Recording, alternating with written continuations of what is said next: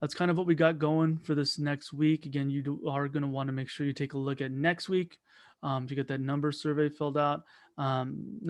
Week 13 still isn't on there yet, so don't worry about the research stuff. But so for next week, begin to take a look at that and start filling it in as you're doing your reading.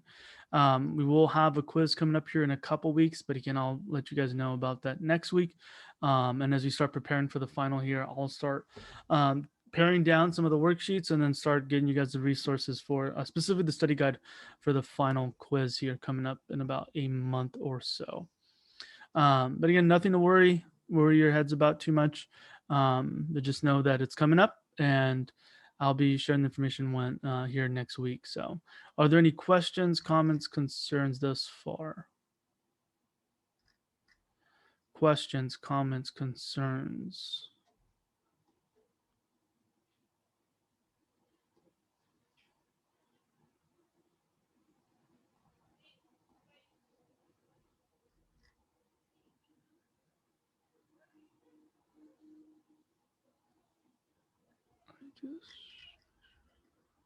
All right. Well, let's go ahead and jump into lecture for this afternoon. Here we go. Let me share this. All right. So last week we had covered a couple things. One of them being sexual ethics in Leviticus, and the other one was introducing numbers. So what I do briefly want to do here is to do a little bit of retracing because some of the things we did go over rather quickly. And I'll connect these to what we're talking about for today. So numbers, we get the name for numbers from the Greek text, the Greek naming of the text, arithmoi, which again, you'll recognize from the word arithmetic, meaning numbers. And in Hebrew, vad midbar, meaning into the wilderness, which we'll talk about here in a little bit. The meaning and significance of the wilderness and what it represents, not just for the Old Testament, but for the New Testament as well, but specific to its context in the Old Testament. There will be some tension in what the wilderness both will represent and what it means for the Israelites, specifically as they're journeying into the wilderness. And so you'll find the setting from Sinai to the plains of Moab, which we talked about last week. So this is a book about and for a people on the move. A book about and for a people on the move. So as the people are journeying from Egypt to the promised land, these are the stories about all that happens in the middle between, again, the place of oppression and the place of promise, the place of oppression and the place of promise. So all the tension that happens in between. And this is really, really important for us to recognize, especially as we start analyzing the narrative, which we'll do here in a few minutes. That again, to identify, as you guys had done in intro to Biblia, is being able to identify certain points within the narrative related both to characters and to the plot. That what's the main issue going on, and who's in conflict with one another, and how does that conflict get resolved? And with the text that we're going to look at today, there's a ton of conflict that's going to be plaguing Israelites in the wilderness. And so we'll talk about that here today. And again, as a reminder, that Numbers is presented as the third part to the threefold narrative. Again, it's the third part in a trilogy here that you'll see Exodus, Leviticus, and Numbers right before we get over to Deuteronomy. And so the structure here, you're going to see preparations for the march. And again, a lot of this is preparing the people for when they're going to start moving. And so a lot of what we're going to focus on is here in chapters 11 through 20 for today. And then next week, we're going to talk about 21 to 36.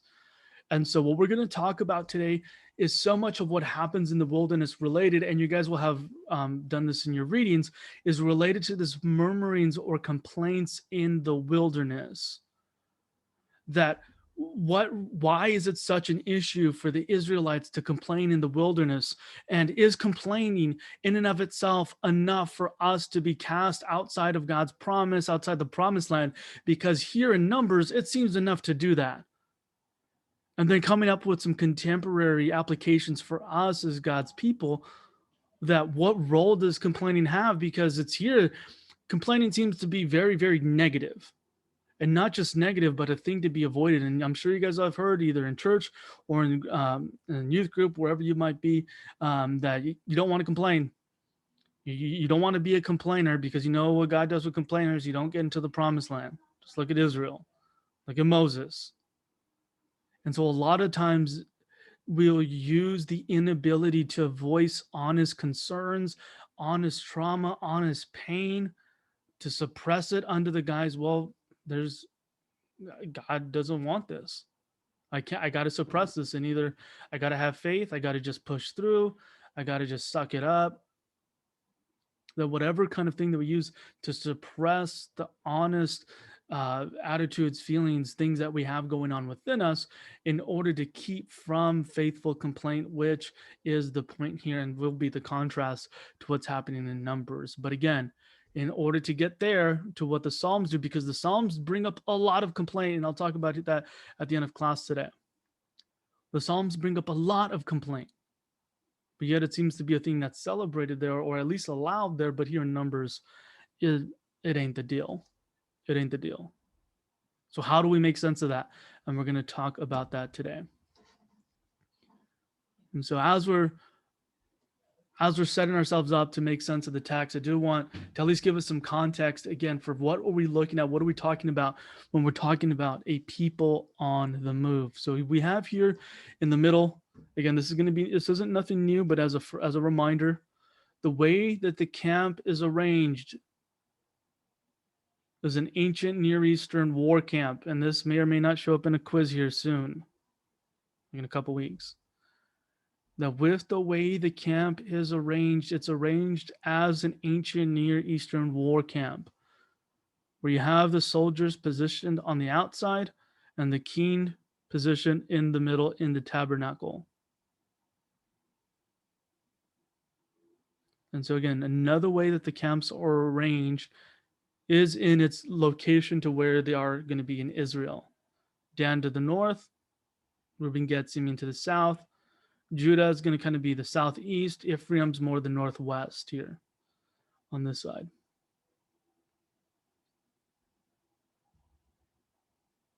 And especially as we talked about later on in the second half of Numbers, I'll bring this up. So again, this helps for us to see in what context are these things coming up at.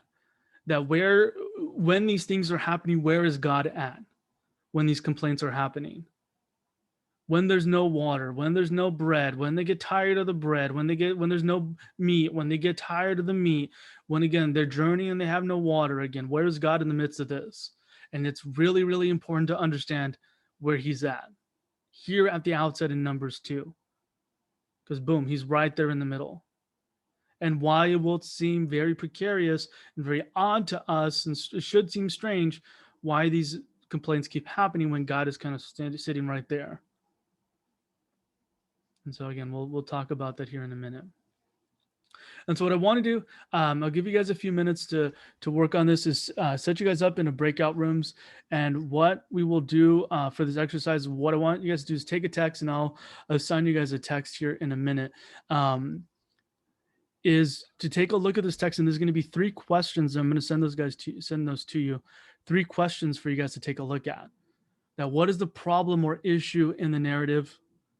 How do the people of Israel and their leaders respond? There may be a response from Israel, and there's going to be a response from the leaders, and we might find those things to be in conflict. And so those are 2 things I want for us to take a look at, especially with the Moses, Miriam, and Aaron bit. And then how does Yahweh, or how does the Lord respond? And so again, I'll send you guys these questions for you guys to take a look at here, but I'm going to go ahead and get you guys in a group so you guys can take a look at some of these texts. Let me recreate this. 3, 4.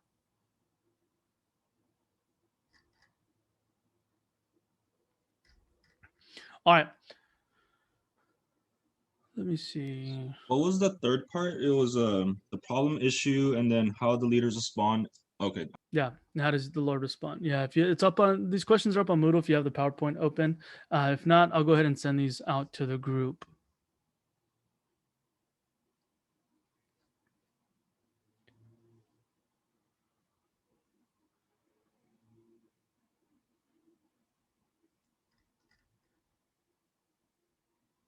Let me do this.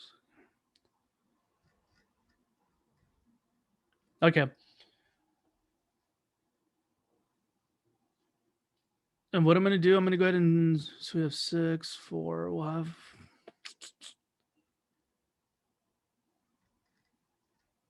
let me do this again. What does it like to have 8?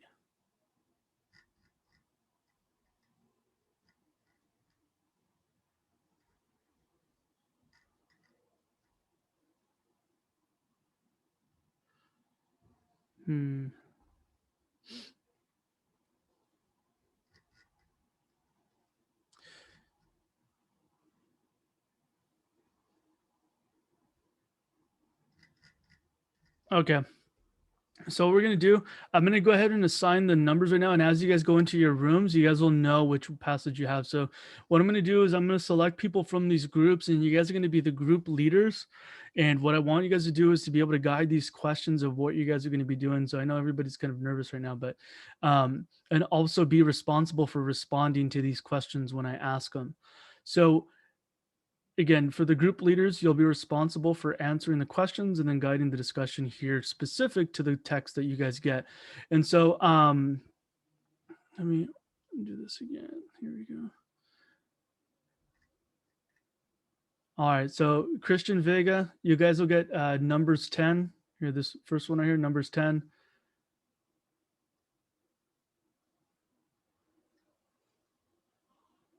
Vanessa, you guys will get numbers 11:4. Jaime, you guys will get numbers 12. Samantha, you guys will get numbers 13.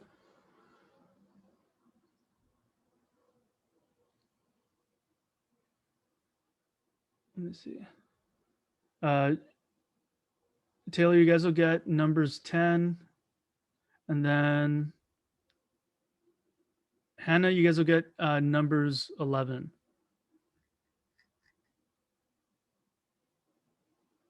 And so again, so the leaders, it's up on you. It's up to you guys to know which one you guys had. I have it right here, what you guys have if you guys need a reminder. But again, so I'm going to go ahead and open up the room so you guys can get in there and start to get to work. You guys have about 15 minutes to work on it. So, and I'll make sure to send you guys the questions as you guys are working on them. So.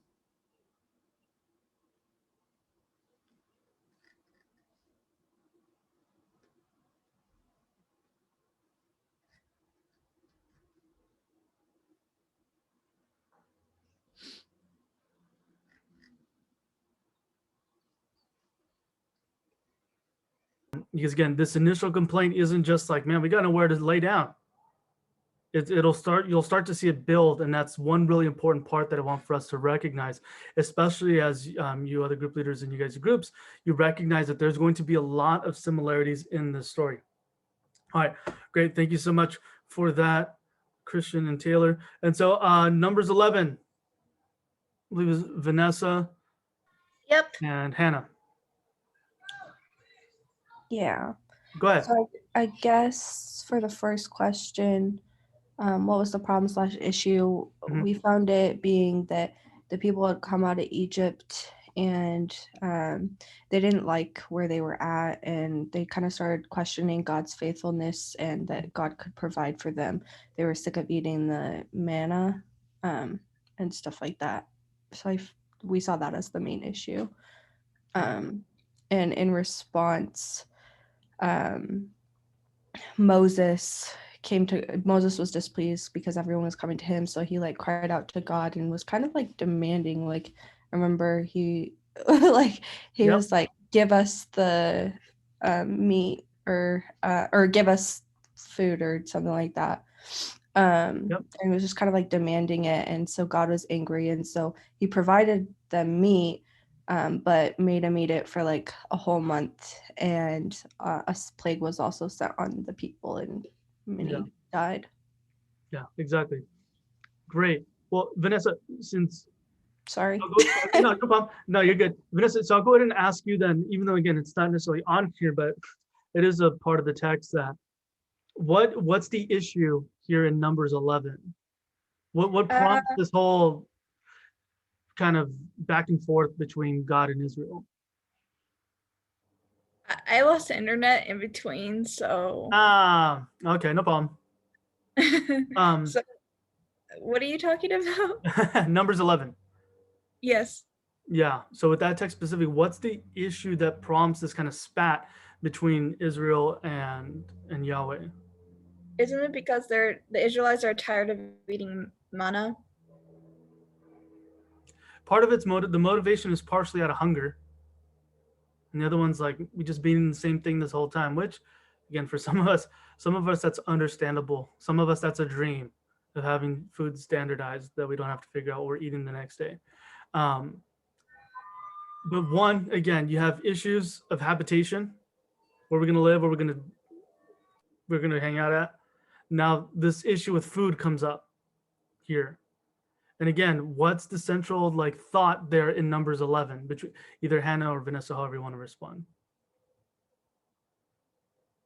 The response, Yeah, like the Lord responded, or yeah, both. You get to give them both.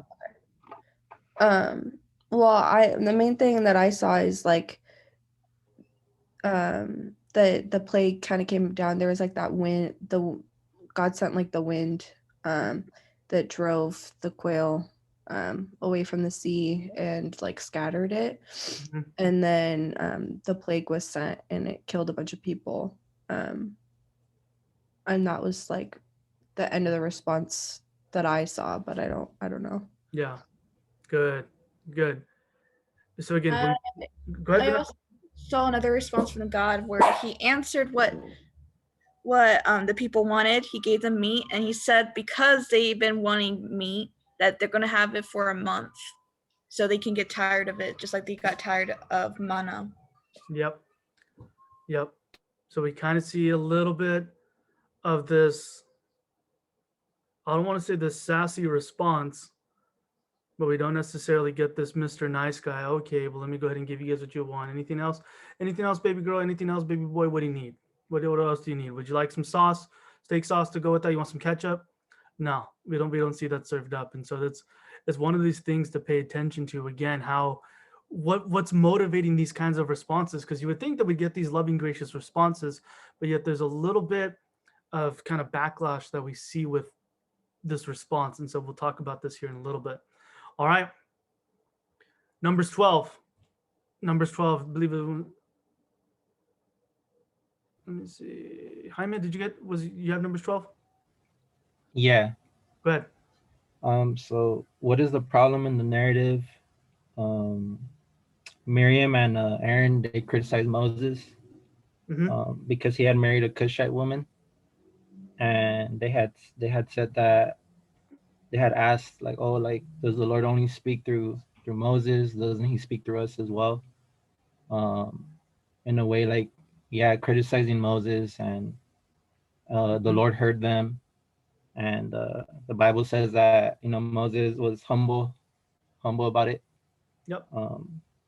The most humble person in all the earth. And what did Yeah. God do? He descended through the pillar of cloud, calling the three-forward at the entrance, and yeah, God spoke to Aaron and Miriam, rebuking them for what they did, and in a way defending his servant Moses. Yeah. Distinguishing that that Moses is different, Yeah. with in comparison to Aaron and Miriam and the rest of the Israelites. That God speaks to them face to face and not in riddles. So God was angry, and he caused Miriam, to have leprosy. Yep. And Aaron, in a way, he repented and asked like Moses to pray, that for God to heal her. Yeah. Yep. And Moses, what did he do? He prayed for them, called out to God, but God said to Moses that no, that like I'm not, for 7 days she's gonna remain like this, with leprosy, and until once she's restored, once she's like healed, good to go, Mhm. bring her back to the camp and they can all proceed in their journey. Yep. Yep. And so this story, I at least want to ask the question, even if we have to think about it a little bit. There is connections to the story that preceded, which is why it's kind of in this narrative bunch.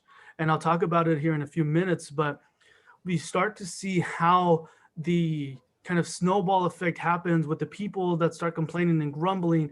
And now we kind of see it getting concentrated within the leadership of Israel. And I'll talk about specifically what that might look like, specifically with Aaron and Miriam and what they represent.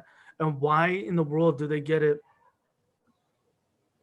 Do they kind of have like this backlash because of what they're saying about Moses? And Jaime, you brought up a good point in bringing up this twofold bit where Moses, who's marrying this Cushite woman, and Cush was an area in Africa. So Moses is marrying, sorry, my lip is itchy. Moses, who married an African, who marries this outsider that God then comes to defend. And so and then again, the issues of Moses being a representative, we'll talk about that here in a minute. So thank you. You did a good job elaborating on that. And I'll go ahead and talk about that here in a little bit. But so, okay, for the last one, for Numbers 13, a little bit of a longer passage. Samantha, you got that one? Yeah. Go ahead. In chapter 13, the Lord instructed Moses to send men to the land of Canaan and explore it. So when the men returned, they reported that it was flowing with milk and honey, but the problem was that the people were giant and the city was fortified. Yep. So then how did the people of Israel respond? So the men, Let me get the reports back. Caleb thought that they were able to take possession of the land, but the other men spread a bad report, which led the people to grumble against God. And that last complaint was like the last straw. And the Lord basically said that they were the last generation, and Caleb and Joshua with the next generation of Israelites into the promised land. Yep. Excellent. That's, great job. And great job, everybody, for you guys' work and working together in this. So as we start talking about these 4 specific narratives and we start to dig into them, what I want for us to recognize is this cyclical pattern of rebellion that finds its breaking point here in Numbers 13 and 14. And again, it's more than just great trivia to know why does Israel wander in the wilderness for 40 years. And we'll talk about that here in a minute, but also to see the growth of the narrative and how these things transpire, how the plot gets thicker and thicker with each issue that does come up. And that it's more than just these issues of where are they going to live? What are they going to eat? Man, we're tired of this food. And more so, again, about this issue related back to covenant with loyalty and trust.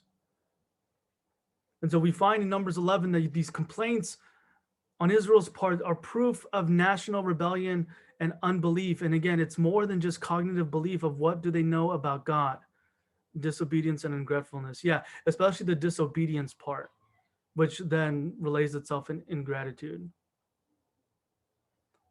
But this national rebellion and unbelief, again, that the comparison to Egypt isn't just recalling the great memories they had in Egypt. At the heart of it is saying, Yahweh, you suck. Pharaoh took better care of us, and we probably should go back.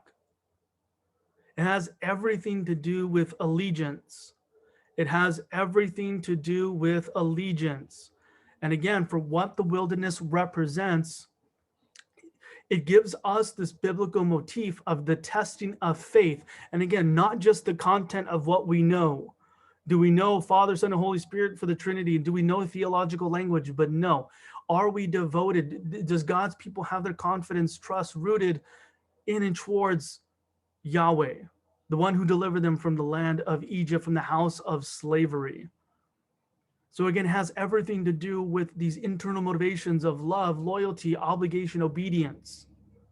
Of what does love look like? It looks like loyalty or devotion under the context of keeping covenant.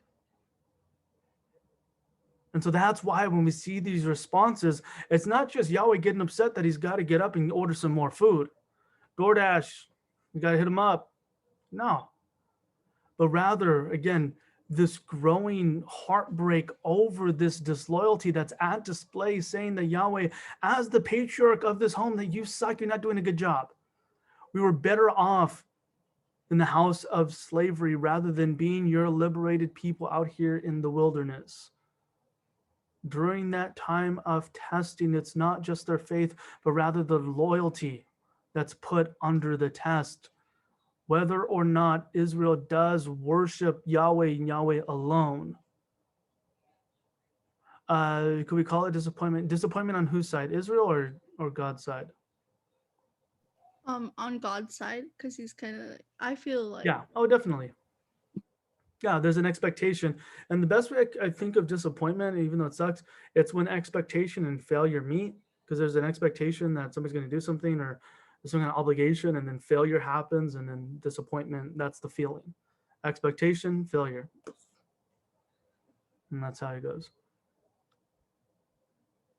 And so Numbers will continue to make this point over and over again by this fire that comes at the camp, and fire which proves as a sign of divine activity, either in blessing, which we have in Exodus chapter 3 with the burning bush, this pillar of fire that leads the people by night, the torch that appears to Abraham in chapter 15 of Genesis, but here it appears in judgment. And also, kind of fast forwarding to the New Testament, that's also, you have tongues of fire appearing in Acts 2. Again, a sign, what we would call a theophany, an appearance of the divine. So while fire does come to show God's presence as a kind of blessing, here it shows up in judgment. And so the sin is described and then judgment. So let me go ahead and go on to the next one. So Numbers 12. You have Aaron and Miriam who serve as the priest and the prophet, these two archetypes, the pillars in Israelite religious practices. Again, the priest, the mediator who stands between God and humanity, and then the prophet, the one who stands as mediator between God and humanity, to speak. One to kind of be the embodiment, to be the mediator on humanity's behalf, and then the prophet who speaks on God's behalf. These two archetypes, who challenges Moses' position as a sole mediator between God and Israel. So again, you do have racial and ethnic undertones that underlie this story, specifically in regards to this Cushite woman that Moses had married, and would have been likely that she had dark skin because she spent a lot of time in the sun. Again, her dad's a shepherd. And if they in any way assisted him with that, they would have been spending a lot of time in the sun as well. So in light of kind of ethnic exclusionary practices, you have Yahweh coming to the defense and to the aid of Moses, who is himself is part an outsider, especially with him being brought into Pharaoh's house. But then again, he's identified as a Hebrew early on in Exodus. But the inclusion of Moses' wife, which I should honor with respect to her name, Zipporah. With Zipporah being included in this text, that it's no small thing how Yahweh comes to the aid of an outsider, both ethnic and possibly religious, even though she might quite possibly could have been a Hebrew as well, by way of conversion because of Moses being a Hebrew. But here we have, again, part of what kind of the pre-boiling point of the kind of rebellion that we find that's become normal for the people, that's now kind of started seeping into the leadership.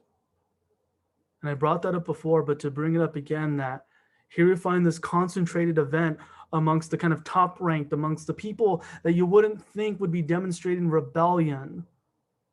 And again, it's not so much that it's about this kind of exclusionary practice, because I know that there will be pastors and leaders that take this text and take it out of context and saying you can't say anything against God's anointed. But again, when it's under the guise of a kind of rebellion, saying that forget this dude and the one, forget the appointment of this person that God's put in charge. And again, it's under the context of national rebellion. Forget this dude. We want to go back to the way things were with Pharaoh. This doesn't serve to corroborate the purposes of holding on to one specific person in power. Acts will do a lot to debunk that. The Keens will do a lot to debunk that and to criticize that. But here at this specific juncture, that there is something to Moses about being this servant that Yahweh has appointed, that Yahweh comes to his aid. And mind you, in Exodus, Yahweh tried to kill this dude because he wasn't circumcised. So it doesn't have a lot to do with the fact that this man's been gifted, a chosen, appointed, declared for such a time as this, chosen for such a time as this. Yeah, this is Yahweh's dude. They share an intimate relationship. While at the same time, the allowance for rebellion isn't something that Yahweh can allow to persist, especially now with the leaders. That it's not just rebellion against Moses, it's rebellion against God. It's not in some attempt to hold Moses accountable, but rather, again, rebellion. And especially if things have been going from bad to worse, as they have been, maybe they think, hey, maybe it's time for a change. Not so much trying to hold Moses accountable. And again, I do need to draw those fine lines because, again, this text is and has been used in order to perpetuate spiritual abuse. That this does not go to prove that and does not go to support that. That once God's appointed somebody, that's how it always is. Because again, God raises up prophets to do the exact same thing, which is to challenge and to provide accountability. But again, this isn't it.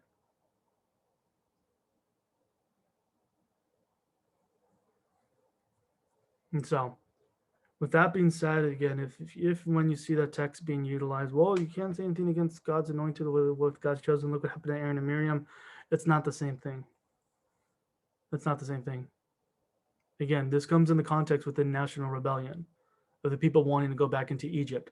And mind you, Aaron's already got a habit for doing what the people want. And last time they did that, it led to idolatry and a bunch of people getting killed.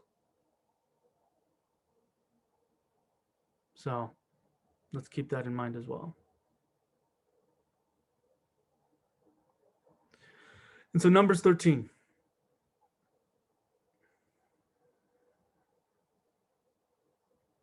And also there would be good questions to ask. Why is it Miriam that gets the leprosy and not Aaron? And I can't really give you a good answer for that. Why is it the woman that bears the burden of this kind of fatal attack? And I can't give you a really good answer. It could be what the text isn't giving us, that Miriam might have been the more vociferous one, that she was the more vocal one, so she then bears the brunt end of the judgment that comes upon them. But again, do note that with the way it works, this isn't judgment that's forever.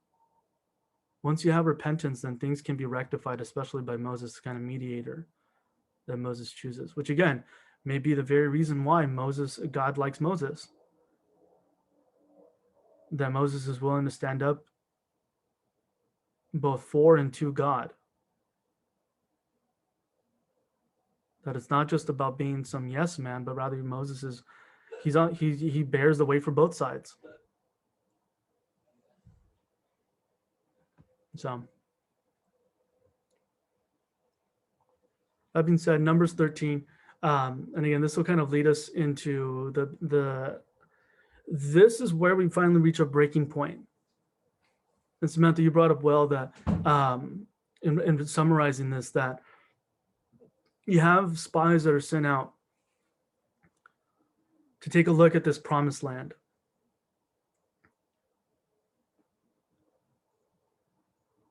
And then once they see that the land is filled with what appears to be giants, you have this kind of prescription that So they look like giants in our eyes. We look like grasshoppers in our own.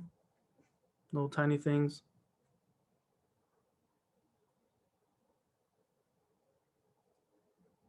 And it should say faithless spies die immediately. It says faithfulness, but faithless spies die immediately. And then it's that the people are condemned to wander for 40 years. And if you're wondering why are they sent to wander for 40 years, it's 1 year for every day that they sent the spies and they came back with a negative report. And so again, you may or may not see that in a quiz, that the reason why for 40 years are they sent to wander, it's a year for every day the spies came back with a negative report. And it's here that we see one more example, one last example of Israel's rebellion in the wilderness, in this place of testing their loyalty, in this place of testing their devotion. You have disloyalty, rebellion being engaged, and here the kind of final break happens. And this is where it gets a little bit ironic, because the thing that they're asking for, that shouldn't we just die here in the wilderness? That's what God lets happen. What they're asking for, Yahweh gives to them. Those who are yearning for the luxuries of Egypt, those who are yearning, shouldn't we just die here in the wilderness? That's what Yahweh lets happen.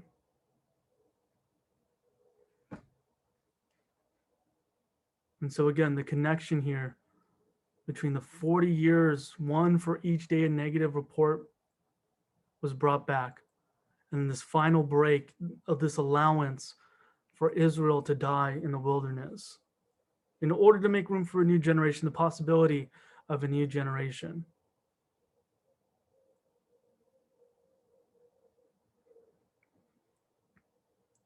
And so in Numbers 14, you have this breakdown of what happens that in Hebrew, in the first two verses, that you have these verbs pile up as an attempt to express these passions that are unleashed. And let me go ahead and show you guys this text, even though I know, Samantha, your group, that you guys will be very well versed to this verse, but I do want to bring it up for everyone else.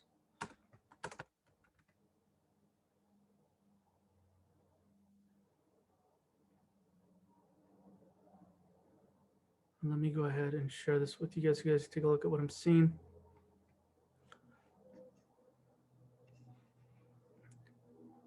So again, these two verses. Then all the congregation raised a cry, and the people wept that night. Again, this is in response to giants that are in the land, in the promised land.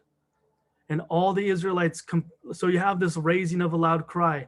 The people wept that night, and the Israelites complained against Moses and Aaron. The whole congregation said to them, would that we had died in the land of Egypt, or would that we had died in this wilderness.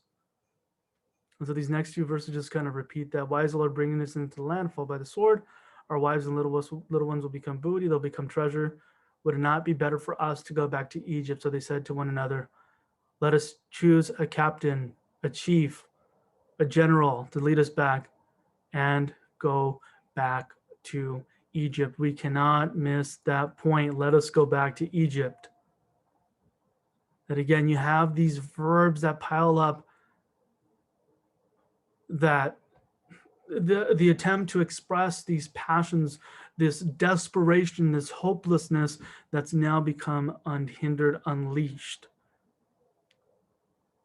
That anything they've experienced in the wilderness is better than entering into the promised land. And that time, just a few months, had already dulled their memories of Egypt, bitter memories. That all it took was a little bit of testing for them to want to go back.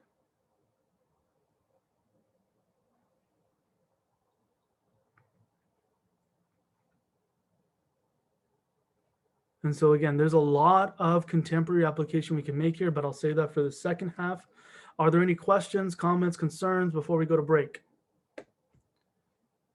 Questions, comments, concerns?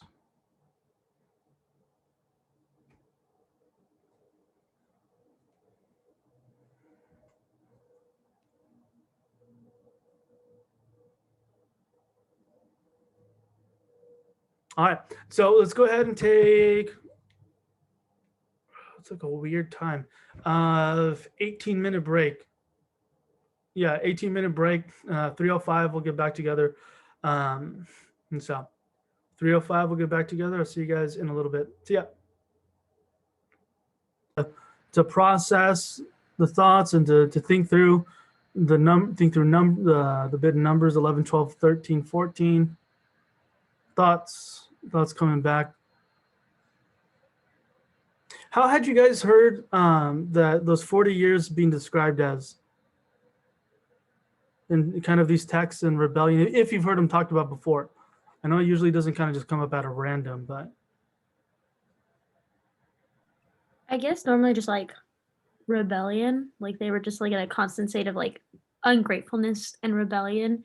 yeah. And like wandering always confused me because I was like, how do you get lost? Like I didn't like they did like a circle. That's what I saw like a map. They did like this huge circle, and I'm like, Mhm. you didn't like recognize a rock every once in a while? Like, oh shoot, I've seen that before. I don't know that. Yeah.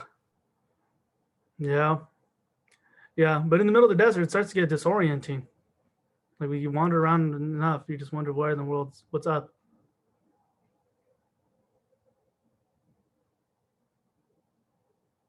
Yeah. Anybody else?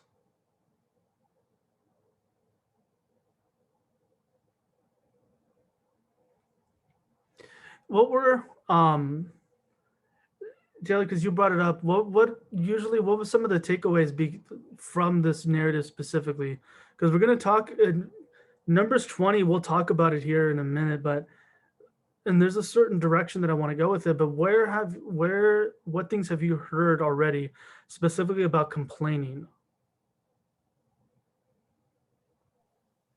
I guess kind of the way it was always like phrased to me was like God does so much for you that you shouldn't complain. Like especially with like the food thing, they asked for food. He gave them manna, which I thought was pretty cool. And then they wanted like meat, so he gave them quail. You know, like being super specific in complaining was like sandwich. Yeah, that I guess I was like taught to not complain, I guess. Yeah. Or else what? Or else God's gonna send down some fire. Yeah, I'm usually that bratty kid. Once they say, well, vas a ver, you're gonna see. I'm always asking, or else what? And of course, usually belt on the other side of this chancla, but all right. Anybody else? Go ahead. I've kind of also heard the same thing. I think for me, it was more on the sense of being happy or unhappy. The other day, I heard my uncle and my parents having a conversation. Not the other day, but a few months ago, I heard them having a conversation about depression and anxiety, right? And then they were talking about how they literally said these words, which are the words that actually like put me like to go try to get in the conversation. They were saying kids today are so ungrateful. They have a home, they have food, they have this, they have that, and yet they're still depressed. They have nothing to feel depressed about. And then I also grew up hearing that you couldn't be sad because God gives you the joy that the world doesn't give you. So it's not okay to be sad. It's not okay to feel down. And I personally, for me, I grew up hearing that. So in high school, when all these like hormones were coming in, when all these things was happening, I felt those emotions, and I had a lot of trouble understanding if I had everything, why was I sad? Which like took me through so many things, but Definitely. I heard this conversation, right? And I was like, you guys have to understand that we're not sad, that we don't feel anxiety or depression because we don't have things. It's just like our emotions, and like we're humans and we're allowed to have emotions. But I think what kind of, because my dad also says that now generations today are also very sensitive. Like you can't tell them anything because then they're gonna feel offended. And in a sense, I agree to a certain point, but I don't know. I feel like older generations kind of see us like weak or ungrateful because we go through these emotions that are negative and that we're not supposed to feel. Yeah. I guess the irony of all that is how much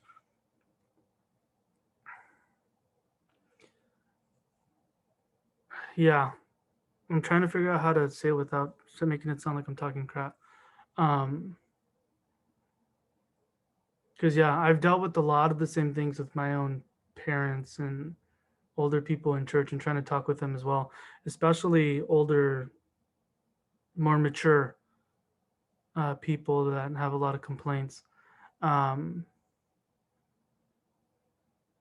remember one time an older gentleman had said, well, you know what's the problem with these millennials is that they don't want to work. And I was like, oh, I got 3 jobs just to try to help my family out. How many more do I need before I know how to work hard? So in their minds, there's almost this, I don't want to say general, but for some, the bars on what's considered normal and what's working hard is just different than it is for us, than it is for younger generations. And generalizations will get us into a lot of trouble, but I remember that's when at least the gentleman that I'm talking about specifically was kind of brought to a point of at least some kind of like something different than what maybe his initial beliefs were. But the reason why I bring a lot of this stuff up is that, one, obviously with what some of you guys are dealing with, the idea of complaining, the idea of not always feeling in the spirit, being Pentecostal, the joy vibes are all over the place. One, it's biblical. That's the important one. Second, it's one thing to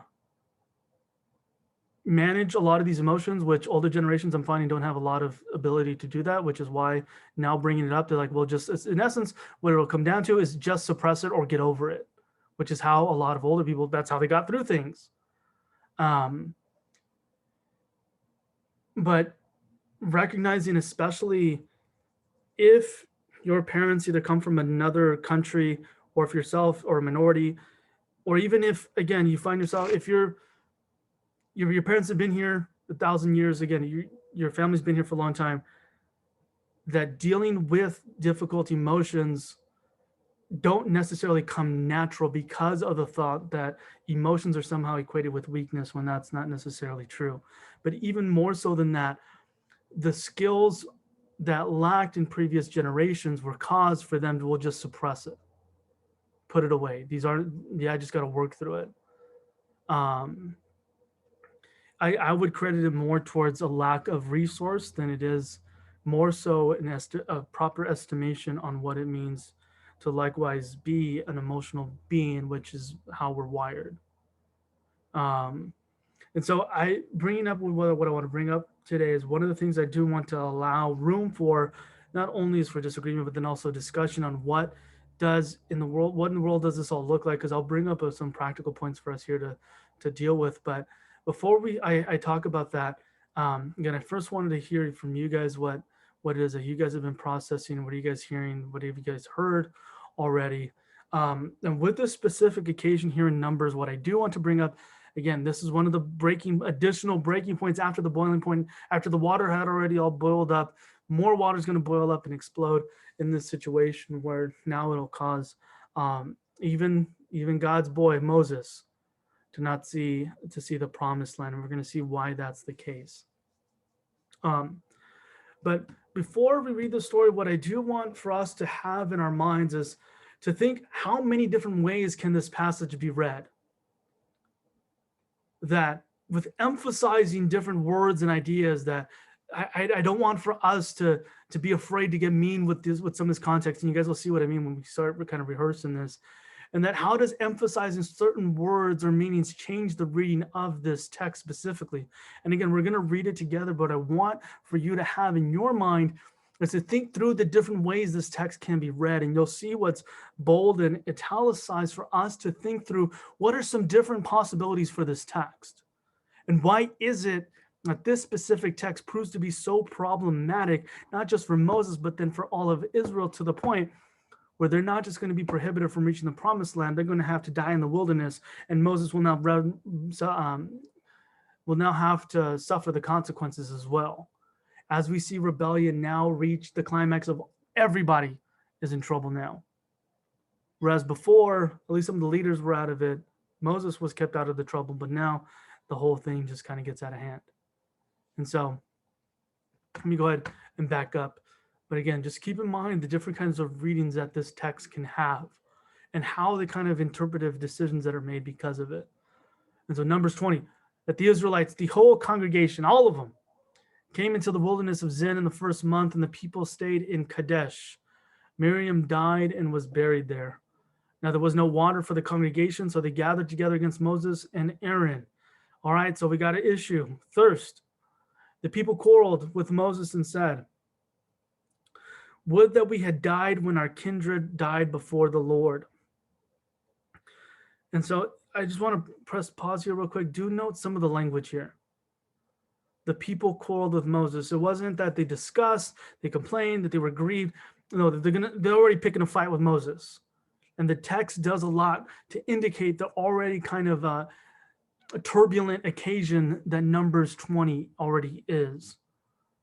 In verse 4, why have you brought out the assembly of the Lord into this wilderness for us and our livestock to die here? Why have you brought us up out of Egypt to bring us to this wretched place?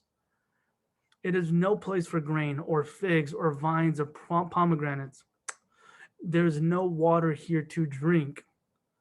Then Moses and Aaron went away from the assembly to the entrance of the tent of meeting. Mind you, Yahweh's right there with them.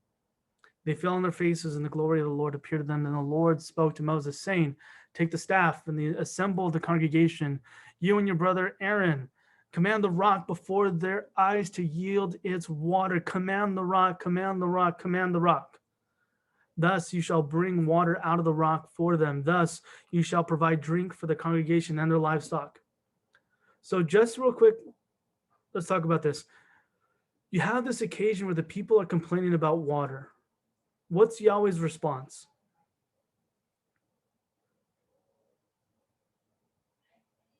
This isn't the first time people are complaining.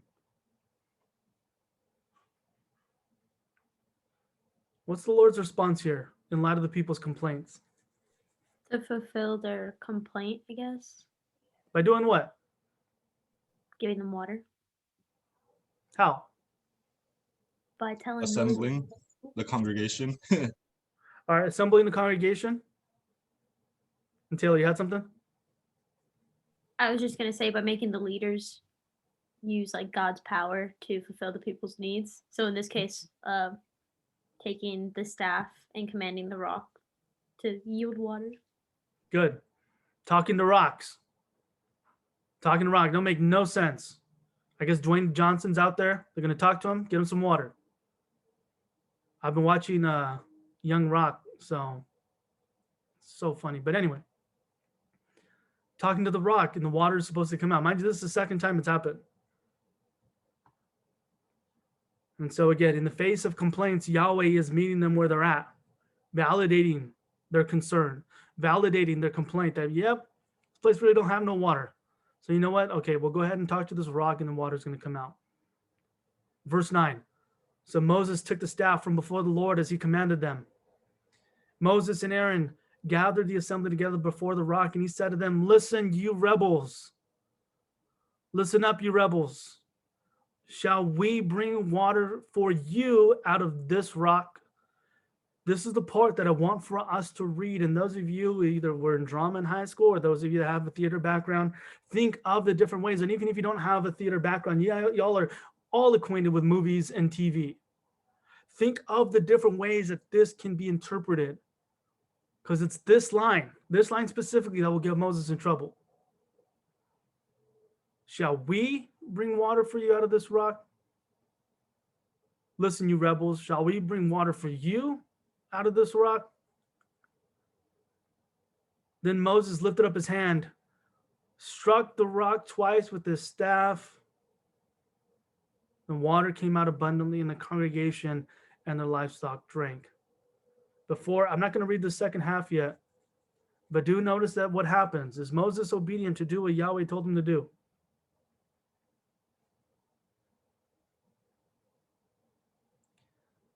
All right, thank you. Not a trick question, but no. But what happens?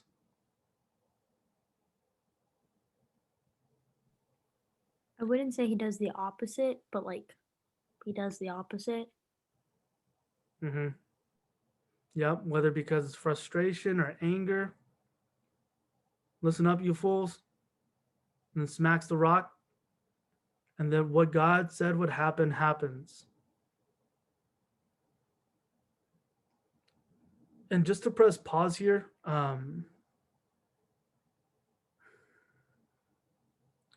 this is an important point, that just because we see God making things happen doesn't mean we're always obedient to it.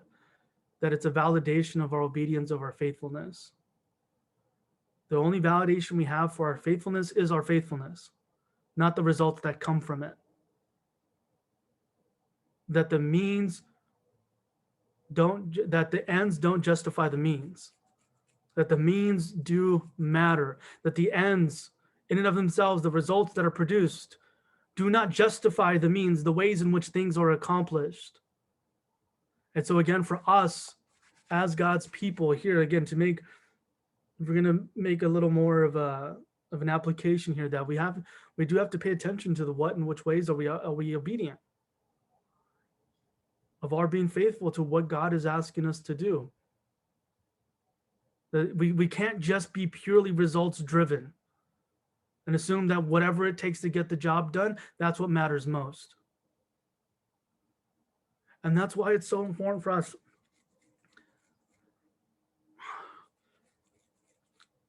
that it's quite possible for us to continue to perpetuate injustice, to continue to perpetuate oppression, because we become so results driven. And I'll tell you, there's been a lot of people that have been burned out in churches, a lot of people that are burned out at jobs, because why? We're more worried about results than we are more worried about the people that are driving those results.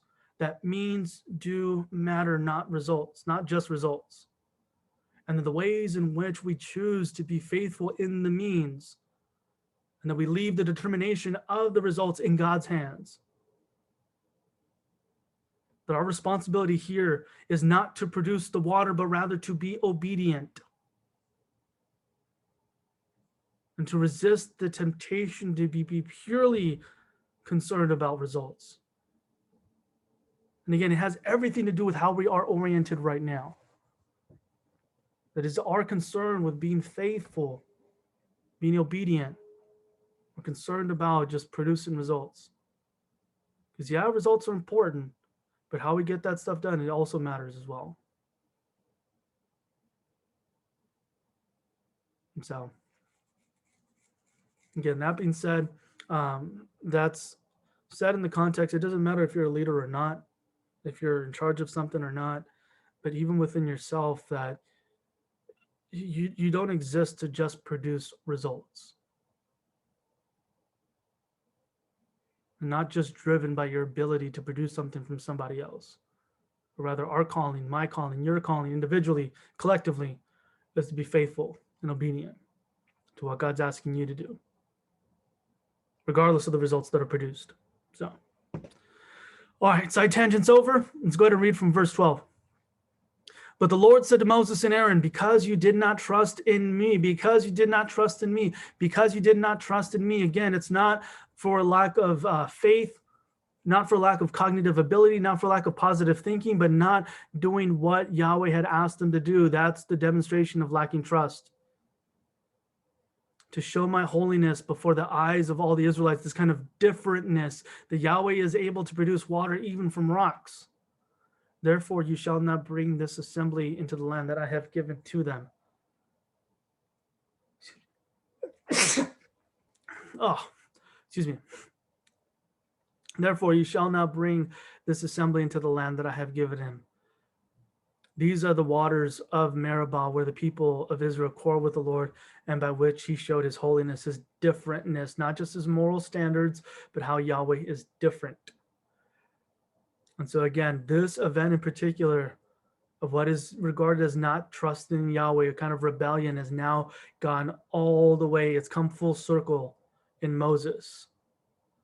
But what I want for us to reckon with, again, in this context, is what are some of the ways, different ways that we can read this? What are some of the ways we can interpret this passage? Specifically, listen, you rebels, shall we bring water for you out of this rock? And just to highlight one of the ways that I think we can interpret it is that for Moses asking the question is, the way Moses is asking is, do you want us to do it? Like Moses and Aaron, you want me to do it? You want me to do it? So it's almost kind of like as a threat. Like, is it me that you're wanting to get water out of this rock? And again, this kind of question or uncertainty about Moses has about like, dude, I can't do it. And so again, the responsibility that Moses takes upon himself, again, out of lack of confidence or this kind of loyalty to Yahweh. How else might we be able to read this text?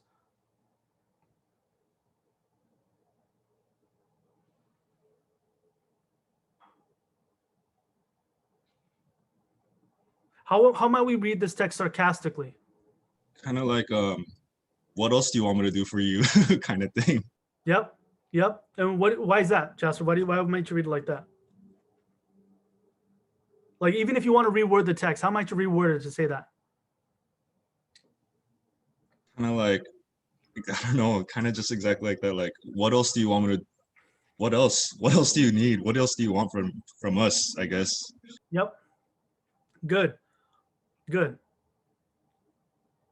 Like the water before wasn't enough. Us doing all this stuff wasn't enough. How else? Again, I would think, how might we read this sarcastically?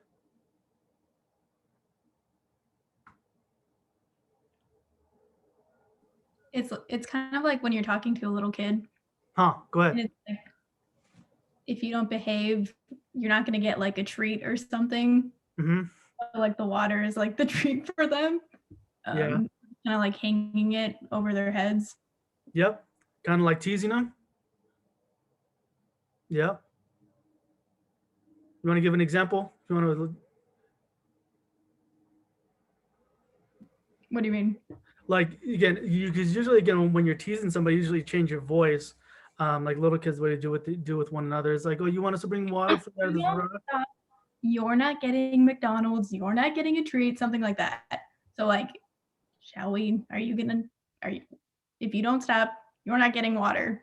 Something like that. Yeah, exactly. Great. Exactly. So this kind of like teasing element of playing with the people, and that's going to be really important, especially because, again, remember the way Moses and Aaron function to represent God to the people. That what are Moses and Aaron then reflecting back to the people, if that's the way they're choosing to engage this?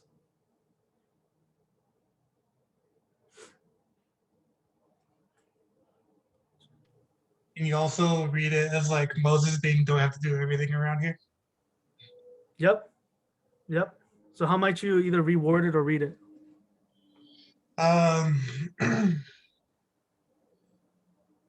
I guess Moses, he'd be like, why can't you guys like do anything for yourselves? So I have to pick up all the slack around here. You guys are a bunch of lazy bums or something like that.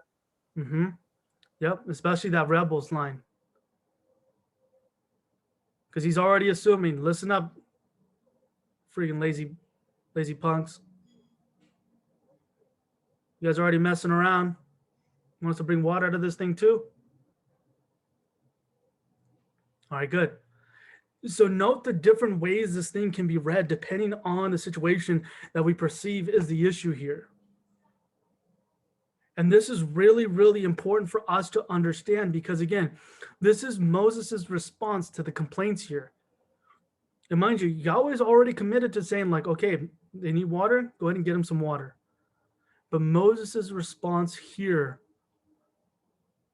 that is somewhat paradigmatic, somewhat of a paradigm for how we need to continue to think through this wilderness journey, this kind of place of testing between for Israel in the wilderness, and as they're in between Egypt and the promised land, because again, wilderness will come up again for Jesus later on. But again, to see this kind of test in the place of response that Moses gives back to the people, that some of the ways we can interpret it, again, this is kind of rhetorical question that assumes a positive answer, that you hear cheers from the crowd, that you hear that, listen, you rebels, you want us to bring water out of the rock? And the people are like, yeah, of course we do. But Moses is not asking out of a curiosity. He's like, you want us to bring water from the rock? Knowing full well, yep. And again, the second one that I had brought up before, that what it assumes or emphasizes that Moses and Aaron are the ones responsible for producing the water rather than God. That it's not the patriarch of the household caring for his household, but rather Moses and Aaron assuming the responsibility to provide for the house and taking it upon themselves. You want us to do it? And again, Moses within himself assuming God's place. And again, that's why I brought up that bit on patriarch at the beginning of class, because these kinds of things, that they have the undertones here, that the patriarch was responsible for the welfare, the maintenance of the household. And these people are now a part of God's house, where God, Yahweh, is now the patriarch of the house, responsible for the maintenance, the welfare, the care of the house. And here Moses and Aaron take it upon themselves.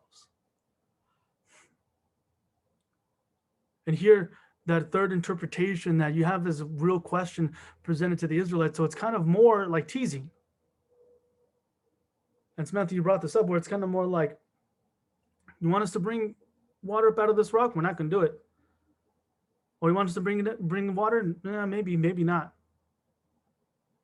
And so this kind of malicious characterization that they have of God, as God being somewhat not just malicious, but also capricious, willy-nilly, flipping, like, yeah, maybe. Kind of playing chicken with them. Or this fourth interpretation, which is closely tied with the fifth, that kind of implying Moses and Aaron aren't able to produce out of the water out of the rock, and thus God aren't able to produce water out of this rock. As in, like, you really want us to get water out of this thing? It's a freaking rock. Water doesn't come out of rocks. And so while number 4 might say that, yeah, God can do that, number 5 says, yeah, God can, but he doesn't want to. You guys really want water? Yeah, God can't do that, or God can do it, you just don't feel like it.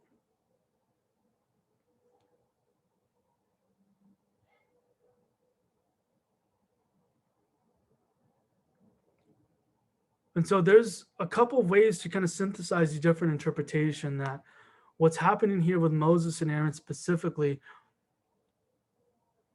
is that either Moses and Aaron are taking credit for themselves. Do you want us to do it? Do you want us to bring water up out of this rock? Or it mischaracterizes God as being malicious, weak, or unresponsive to legitimate needs, both of which are problematic.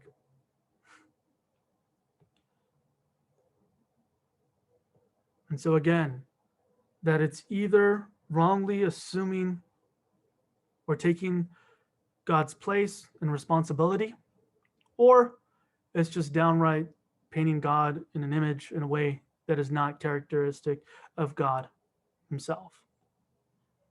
But God really doesn't care about legitimate needs like that.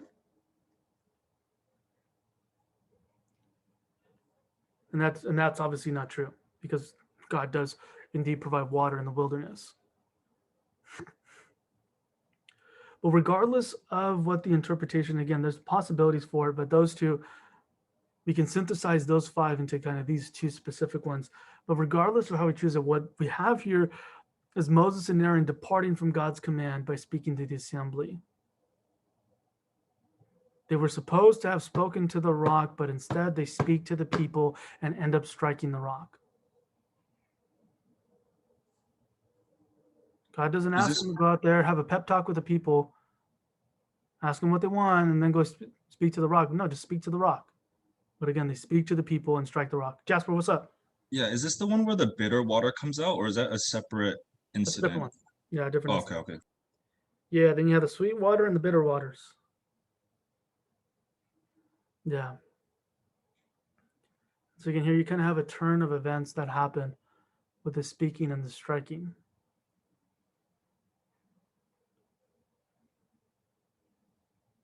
And so again, that means matter.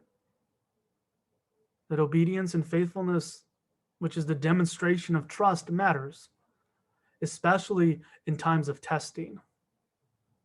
That the wilderness is presented as a place of testing, but also as a place where God is present with his people in a powerful and unique way. That yes, the wilderness is a place of testing, but it's also a place where God is present with his people. And mind you, testing is not just a thing of the Old Testament, but it's also a thing for the New Testament, which we'll get here in a minute. And we'll talk about the implications of that.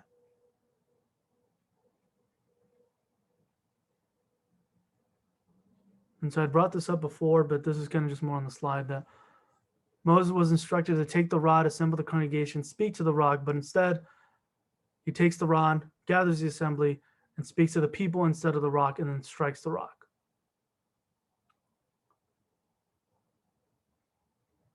And it's in this way of Moses speaking to the people and not to the rock, instead striking it, it's counted as rebellion and unbelief. Rebellion and unbelief. Again, the two are tied together. Let me see if this thing slides out. Oh, it does. Beautiful.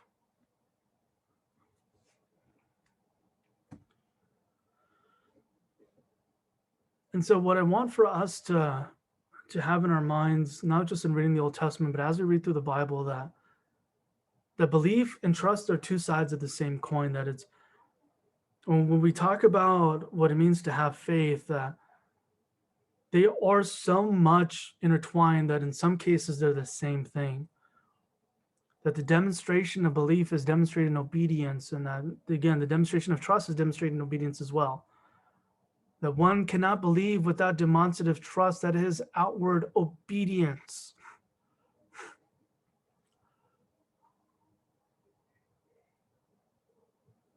You cannot believe without the demonstration of trust, and what that trust looks like is outward obedience. That Moses, Aaron, and Israel understand the commands to keep covenant, to live in this wilderness place. They just simply choose not to. It's not a problem of understanding, it's a problem of obedience.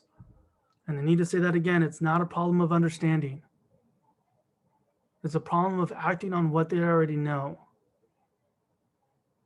They're not told to know more, to learn more, that if they had this one spiritual truth just revealed to them, if they had if they grasped the understanding of this one thing, then they would really be able to live out whatever it is that God had told them to do. No.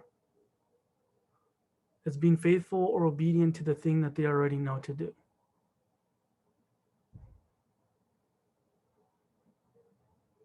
It's not in cognitive apprehension that they lack. It's simply the decision that they make to not to obey. So instead, Moses takes a departure from what's being told and strikes instead of speaks. And if you'll allow me the opportunity to point towards the New Testament, this is where Moses and Israel make the departure from Jesus.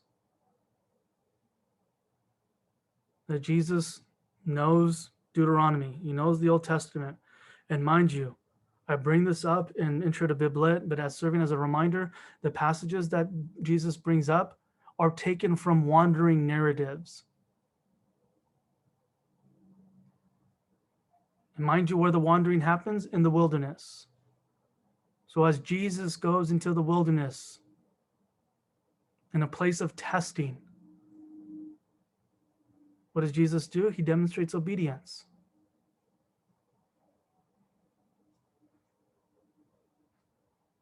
As a king who's going out into battle to engage in this kind of what could be seen as a kind of warfare. Now, what Jesus does, he demonstrates loyalty.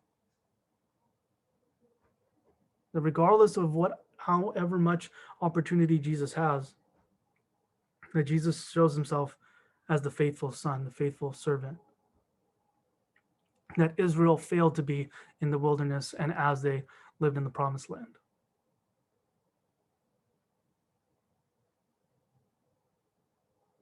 And so again, but it's not just what Jesus knows, but what Jesus does. And so faith being that correct response to God's word, whether it's a word of promise or a word of command, that the opposite of faith is not unbelief or doubt, but rather rebellion or disobedience. And I need to bring that up, especially now where it's become, I don't want to say popular, but it's become beautifully popular to discuss the nature of doubt, the nature of asking questions, the nature of deconstruction, of reconstruction. And the need to have these kinds of conversations and to know that the opposite of faith isn't doubt. The opposite of trust isn't unbelief. It's rebellion and disobedience or disobedience. And that when we choose to have questions, when we choose to engage our minds and being able to think past our conditionally held kind of paradigms and models that we grew up with and kind of assumed, now, when we start rethinking these kinds of things, it's not an act of rebellion, but an act of faithfulness in trying to discover who Jesus is, not just then in the past, but also now and also in the future. And so for us, these kinds of practices of asking questions, of presenting our doubts before God, is an act of faithfulness in order to rightly understand who God is today. And again, with the opposite of faith, is rebellion. It's not unbelief or even doubt. And when we reach that point of rebellion, just like, yeah, you know what, forget, I'm gonna do whatever else I want to do. That's when we reach an issue. But to have questions, to have serious concerns, that's, the Bible has that. And so much of what Job presents is a contrast to the kind of certainty that we are often sold on as we start following Jesus. Not so much that everything's going to get better, but rather you just got to claim this promise and things are always going to turn out this way. That we're given constant prescriptions. You just got to keep holding on. You got to keep doing, you got to keep whatever it is that you're being prescribed in the midst of a difficult situation. And when life comes and blows up our paradigms.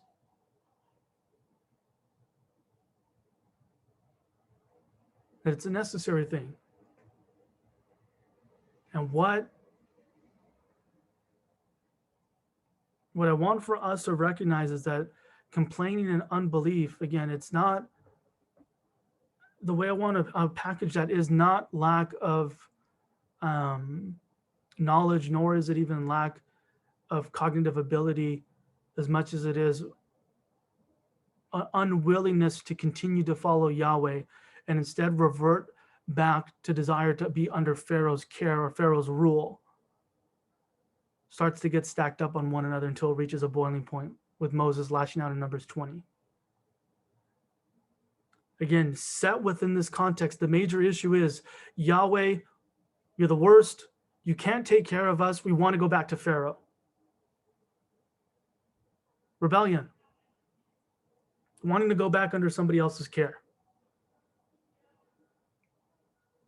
It's not having serious doubts and concerns. Like, man, ain't nothing out here. Can we get some bread? Can we get some water?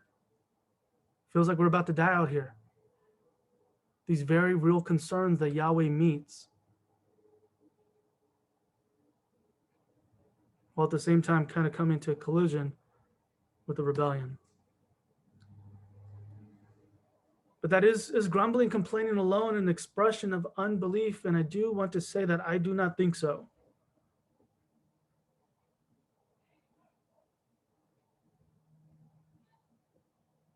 That I don't think grumbling and complaining alone are expressions of unbelief, even though they may, in some cases, be stepping stones towards unbelief demonstrated in rebellion.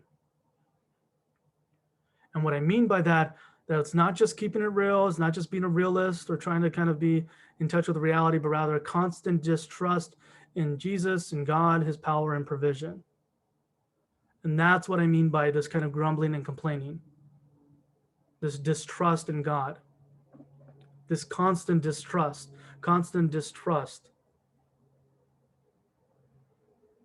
That it's not a sin to admit reality or personal feelings, but when these take precedent over you trust in Yahweh, these are issues. And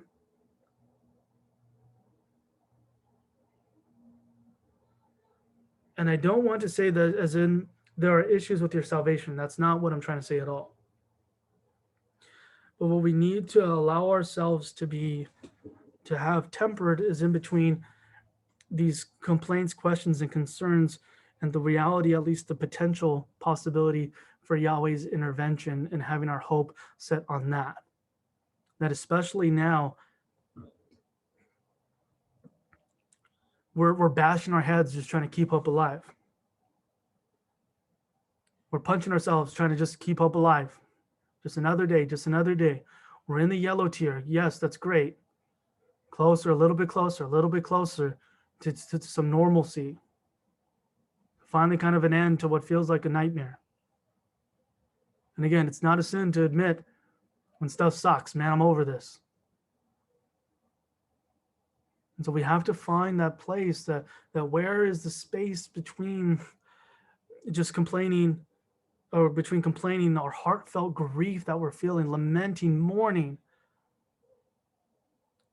allowing ourselves to air that out, and then just outright like, man, forget all this stuff. If you want to use the stronger French word for forget, you guys know what I'm talking about. Because sometimes it feels like that. Just forget all this stuff. Whatever, is just, what's the point? And that's a hard place to be. I've been there before. And especially right now, it's a real familiar place. What's the point? What's the point? And so I do want to bring up for you guys this psalm that helps for us to engage in a way of reframing our complaints as an act of faithfulness that gets us somewhere, that produces something.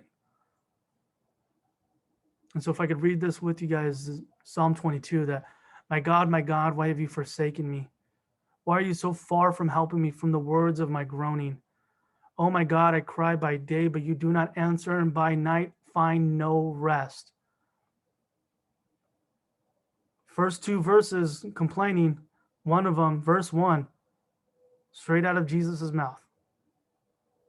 Verse 3, yet you are holy, enthroned on the praises of Israel, and you, our ancestors, trusted. They trusted, and you delivered them. To you they cried and were saved. In you they trusted and were not put to shame. And mind you, this is really important, especially as we talk about the men in the morning, that to recall back in what God's done. Verse 6, but I am a worm and not human, scorned by others and despised by people. All who see me mock at me. They make mouths at me. They shake their heads. Commit your cause to the Lord. Let him deliver, and let them rescue the one in whom he delights. This isn't a quote. This is mockery. This is mocking the psalmist. Commit your cause to the Lord. Let him deliver. So they're just talking trash. Yet it was you who took me from the womb. You kept me safe at my mother's breast. On you I was cast from birth. And since my mother bore me, you have been my God. Do not be far from me, for trouble is near, and there's nobody to help. The psalm continues to go on for another, I believe, 11 or 12 verses. But you have complaining here.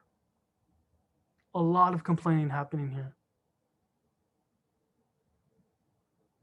That why are you so far? Why'd you abandon me? I'm crying all day, but you're not answering. And by night, I'm restless. You're holy, you're unique, you're different. My grandma, my grandpa, my great-grandma, my great-grandpa, they all trusted you, and you delivered them. They cried out and they were saved. But me, I'm just down here, worm, not even a human, getting beat up over here.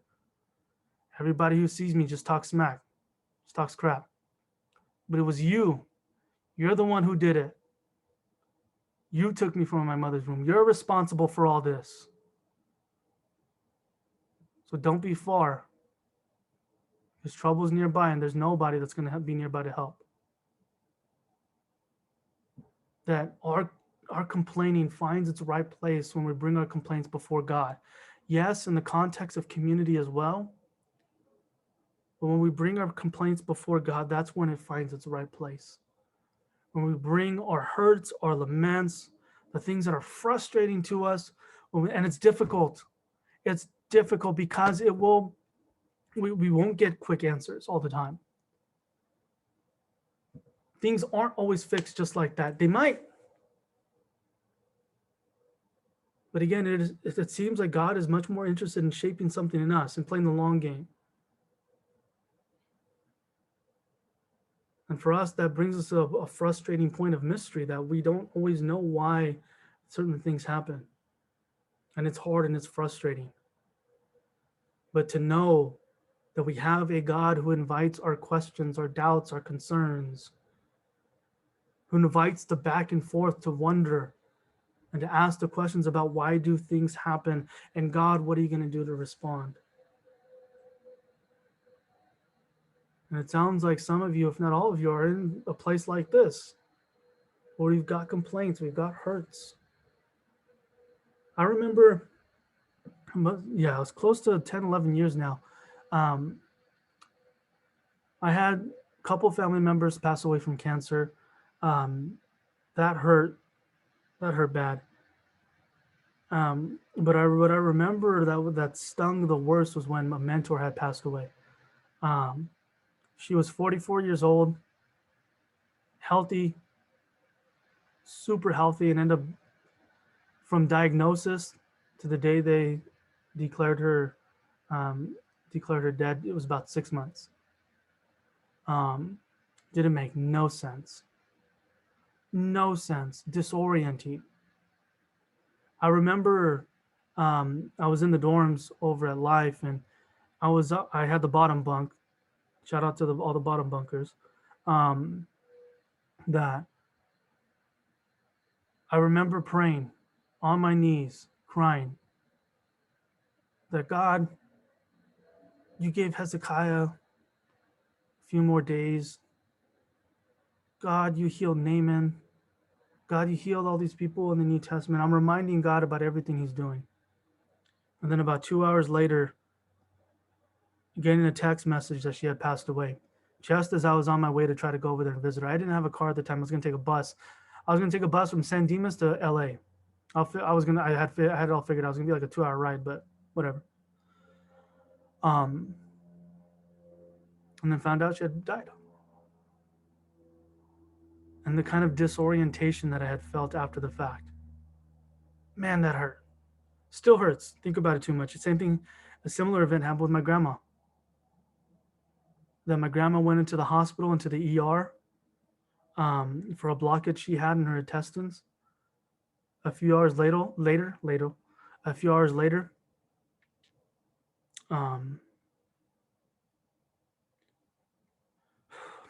she ended up growing toxic, passed away, 2 days. Disorienting. Lots of complaining. Lots of doubts, lots of fears, concerns. Because we prayed and we prayed and we prayed and we prayed those 2 days that it wasn't supposed to go down like this. It wasn't supposed to happen like this. My grandma was supposed to get old, go in her sleep, go some other way. It wasn't supposed to be by accident. And I know a lot of you are in a place where when things happen, that it wasn't supposed to be an accident. It wasn't supposed to be this sudden event that just happened. And what do you do with it? What do we do with it? And I want to commend you guys that with the space that we have, that it seems like the Christian way to get out of it. But those are the times when even we don't feel like it, that we take texts like Psalm 22, and that's what we pray. We take a verse. We take a couple verses. God, where are you at? What are you doing? Why did this happen? And whether or not we get an answer, we don't just seek the answer. We also seek the person trying to get an answer, knowing that God is with us. And knowing that ultimately, when tragedy happens, answers are just so unsatisfactory. I know all the reasons why my grandma died. It still sucks. And it's still unsatisfactory to give me any kind of comfort or peace. But the one thing that did give me peace and comfort, and even when my mentor passed away, is knowing that neither of them were alone. That God was with them, that even in death, as Good Friday reminds us, even in death, that they're not alone. That Jesus knows what it's like to die. Jesus knows what it's like to die.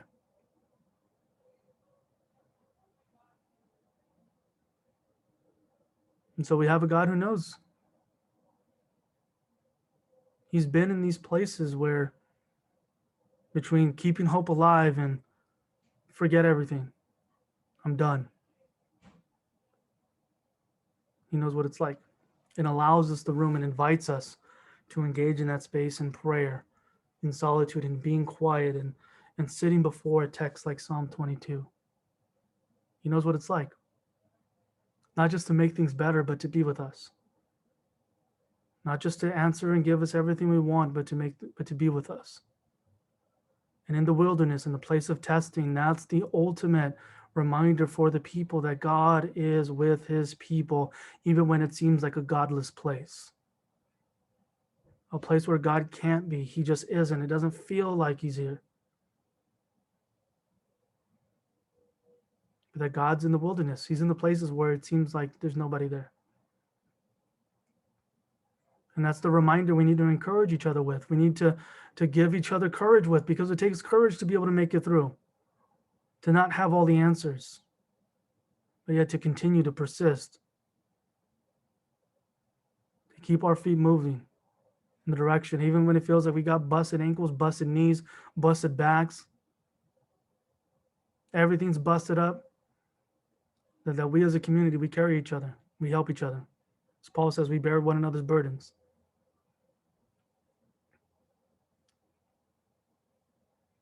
And so I didn't mean for this to turn into a church service, but more again to serve as a reminder that as we're still Christian brothers and sisters, and that's what we're here to do.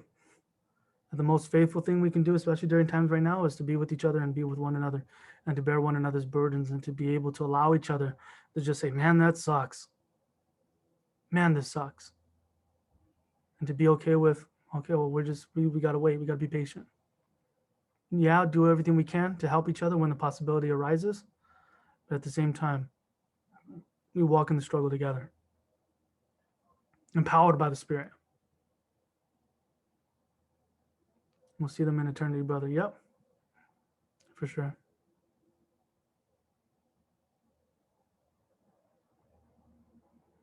Yep. But we're still down here with the pain of me wanting to see my little grandma in her apron, making fresh tortillas, but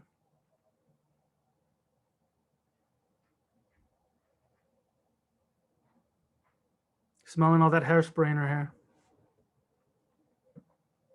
A little puffy fro. Every Latina grandma has that little fro. That's what she had. So, all right. Thoughts, comments, questions, concerns?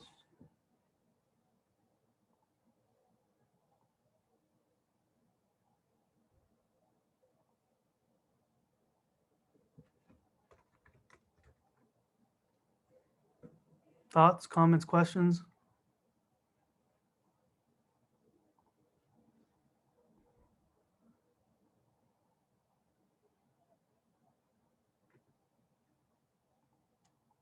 Was this in any way helpful for anything you're dealing with right now?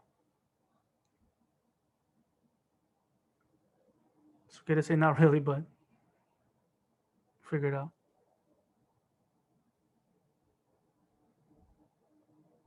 Yeah, because I didn't mean to preach, but it just happens.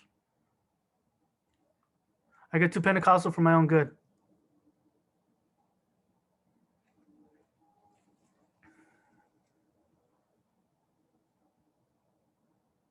But yeah, exactly. I want to encourage you guys that if you guys are in this space, and again, that's part of what I want for us to take away from these texts is that one, the warning against rebellion, and that what we saw in Genesis 3, rebellion in Genesis 3, it's this inclination we have within us. And that what we see in as the Old Testament rolls out, that this constant rebellion, I was just talking to Jasper about it, this constant rebellion that we see within the text in the Old Testament, starting at Genesis, and we see it, Abraham, who doesn't exhibit rebellion, but exhibits a kind of loyalty or trust or confidence to continue to follow Yahweh despite what circumstances look like. And then once Exodus happened, you have this amazing event of them being delivered through the wilderness, but yet that issue of rebellion still isn't solved. When they get into the promised land, that issue still isn't solved. And then when the prophets are there speaking at God's mouthpiece, the issue still isn't solved. That there's this propensity, this disposition that we have as human beings towards rebellion that doesn't find its solution until Jesus comes on the scene. And so it's not just an issue for Israel, it's an issue for us as God's people that we continue to deal with. And that even after committing ourselves to following Jesus, that so much of what we're dealing with is our habits and our routines that make us either into a more faithful or into a rebellious people. And a lot of it having to do with habits. And so again, this isn't a promo for discipleship, but that's so much of what discipleship is meant to do for us, is to assist us on our journey of what does it mean to be a more faithful, obedient people. Because a lot of the habits that we come into following Jesus bends us on the way. The issue of the heart. Yeah. And notice that I didn't say we're all evil, because I don't think that's the issue either. That we all have issues that we come into our relationship with Jesus with that for a long time helped us to just survive. That a lot of us are products of trauma or have experienced, I don't want to say products of trauma, have experienced trauma. And so much of what we need is healing. And yeah, evil and sin take advantage of the trauma that we face, but ultimately what Jesus brings resolution to is what he brings healing to, is to the narratives, is to the traumas that we've experienced and we grew up experiencing, which brings about the remedy of sin. Or in bringing about the remedy to sin, Jesus addresses trauma and is addressing the issues of evil that we often engage with.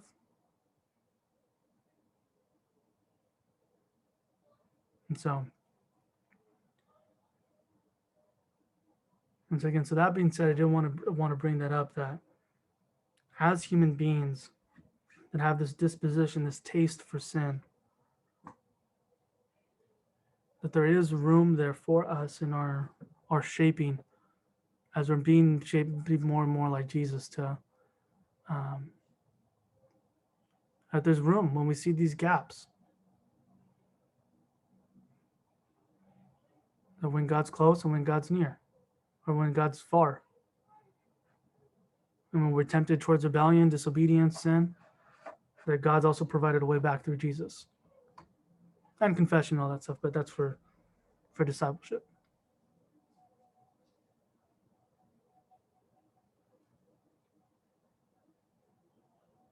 So, are any questions, comments, concerns before we go?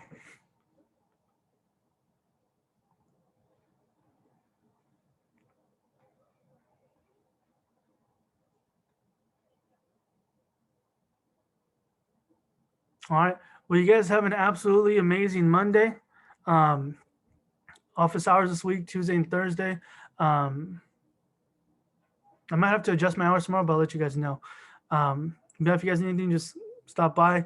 You'll see the link there on the Moodle page. But not, just send me an email. Let me know. You guys have a great week.